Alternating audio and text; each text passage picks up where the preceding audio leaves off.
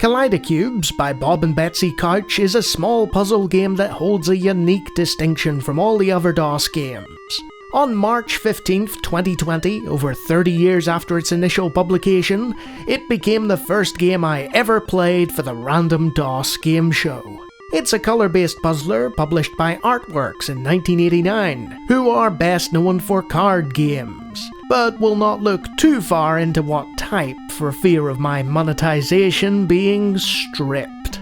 You place the titular cubes, which consist of 4 quarters separated into triangular colours. Why triangles?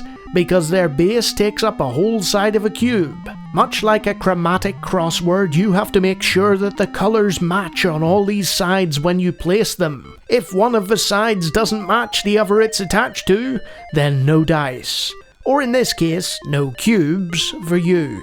You can choose to battle it out against a friend or a computer opponent, taking turns to place your cubes. Or you can go solo and aim for a high score by chucking as many cubes down as possible within a time limit of your choosing. There's also a difficulty level, and praise has to be given to the developers for providing a lot of menu options in an era where that wasn't always guaranteed. What also surprised me was that in addition to the keyboard, there was mouse support.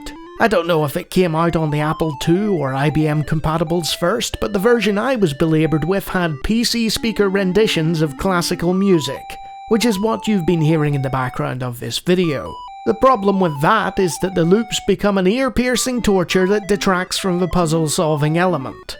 The masochists among you can jack up the volume and think of it as playing the game on extra hard.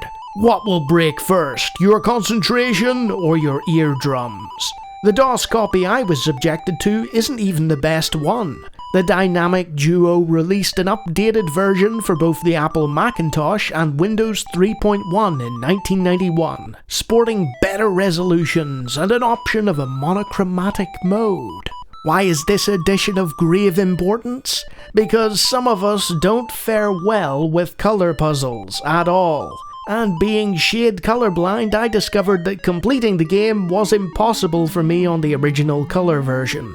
So KaleidoKubes to the developers for thinking of that with the later iteration of their title.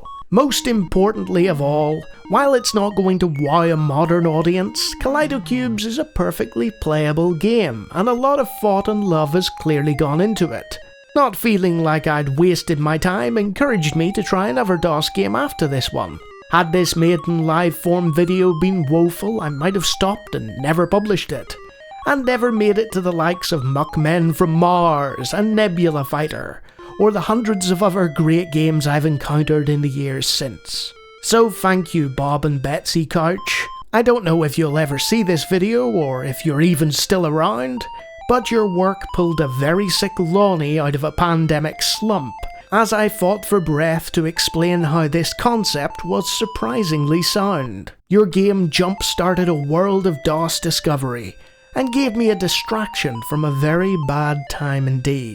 Sure, I might not have the eyes to play it, but the eyes do have it for KaleidoKubes, a functional and entertaining colour-based puzzler. Lawnie, away!